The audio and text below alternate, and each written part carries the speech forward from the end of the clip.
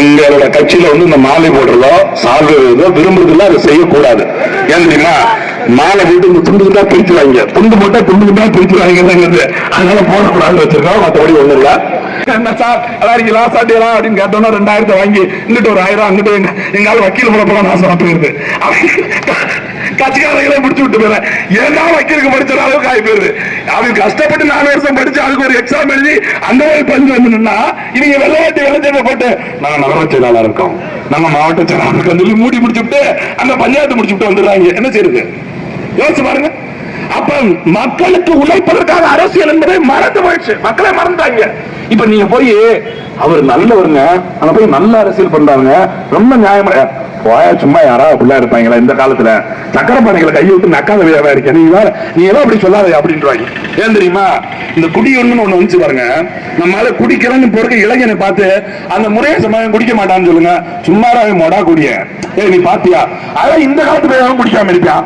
எப்படி இந்த காலத்து போய் எவன் குடிக்காம இருந்தா கூட நம்ப மாட்டான். அது மாதிரி அரசியல்வாதிகள் நல்லவர்கள் கிடையாது.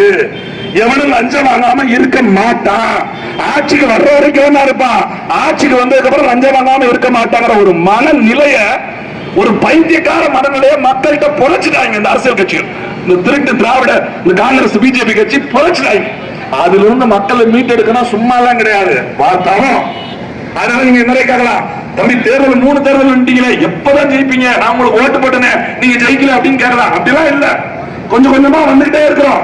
என்றைக்கு மக்கள் எங்களை முழுமையாக ஏற்றுக்கொள்கிறாரோ அந்த காலம் விரைவில் வந்து சேர்ந்துடும். ஏன்னா சாதாரண தொடங்கி 1, 3, 7 பேச அரசியல் விமர்சகர்கள் பேசிக் கொண்டிருக்கிறார். அவர்கள் வாக்கு வங்கிக்காக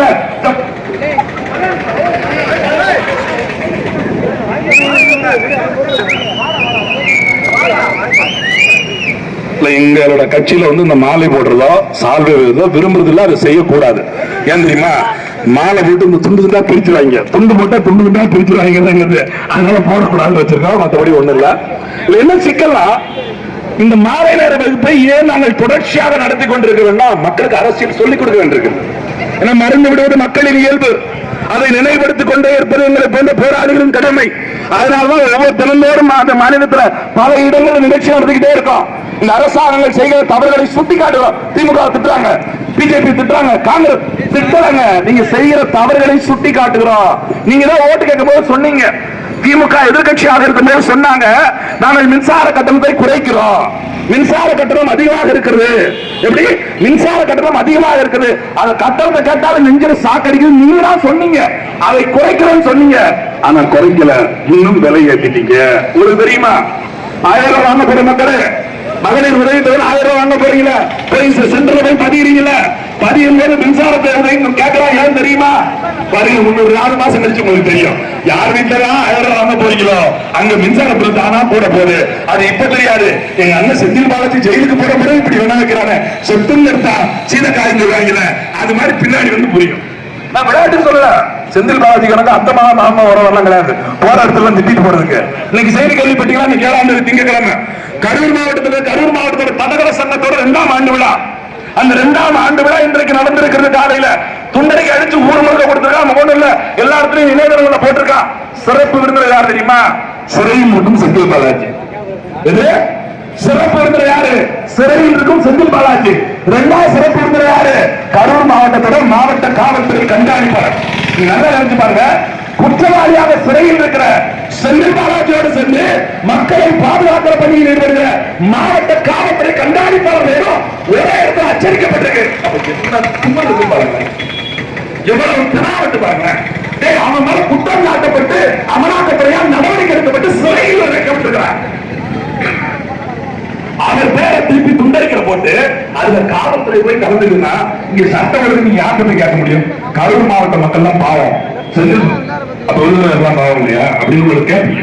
அங்க செந்தில் பாலாஜி இங்க கேட்க சார் அப்படி என்ன வித்தியாசம் இருக்க போது? அப்படித்தானே எனக்கு தெரியும். நீங்க அப்ப சொல்ல வரீங்க. ஏன்னா செந்தில் பாலாஜி சிறை வந்தம் பேரை கொடுத்தாரு. உங்க கேட்க சார் போய் மனு கொடுத்த மண்டல எழுதாரு. உங்களை அதுக்கு ஃபேமஸ். அவரோட தொகுதிகளை மனு கொடுத்து போயிட்டாங்க. நீங்க பாருங்க எப்படிப்பட்ட அமைச்சர்கள் கொண்டாங்க. கட்டணம் மாதிரி, காமராஜர் மாதிரி, அவர் பேரன மாதிரி மாறி மாறி மயிலாண்டி ஆரம்பிச்சாங்க. இப்ப வந்தாங்க, நீங்க கொண்டாடுங்க. ஒரு அமைச்சர்கிட்ட அந்த அம்மா பேசுற அம்மா எதுக்கு எடுத்தாலும் கேட்க சார் சொல்றாங்க. பேர் சொல்றதுக்கு தலையில வச்சுட்டாரு.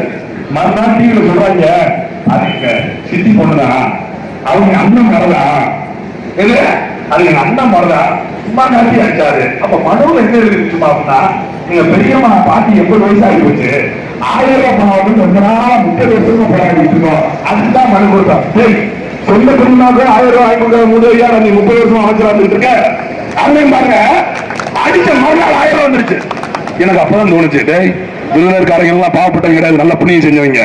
ஏன்னா நீங்க நேரம் கேட்க சார போய் பாருங்க, மனுவை கொடுத்துட்டு மண்டையை குனிங்க, ஐயாவோட அடிக்க தசமா அடிங்க, ஐயா அடிச்சிட்டீங்கன்னா டிவியில காட்டுவாங்க.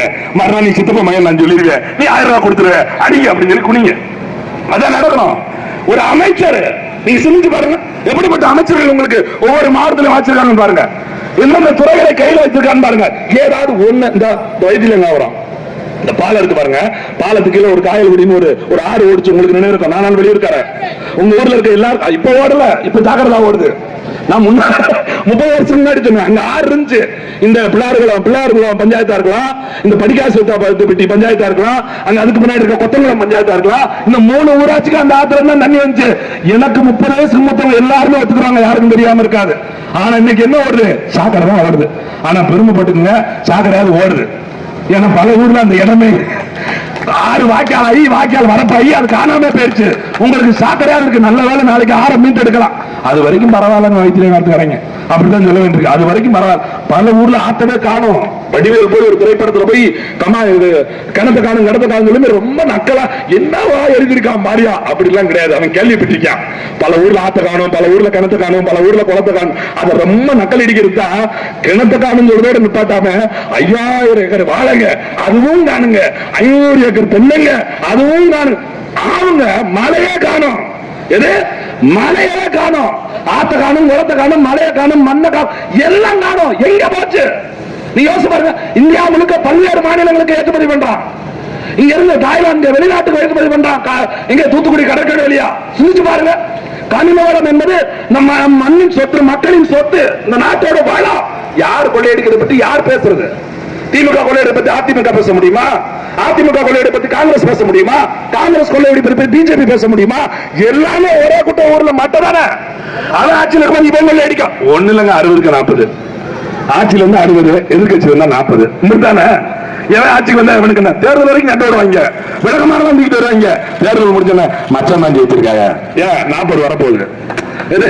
தேர்தல் முடிவு வரைக்கும் அவன் மட்டும் அவன் ஜெயிச்சுட்டா அப்படிமா என்னடா அவங்கிற மூத்தவன் மச்சானாலும் மயிராது கட்சி ஜெயிக்கண்டாமா. அதுக்கப்புறம் இல்ல அது வந்து மச்சான் அதெல்லாம் மனசுல வச்சுக்க மாட்டாங்க நம்மள. அதெல்லாம்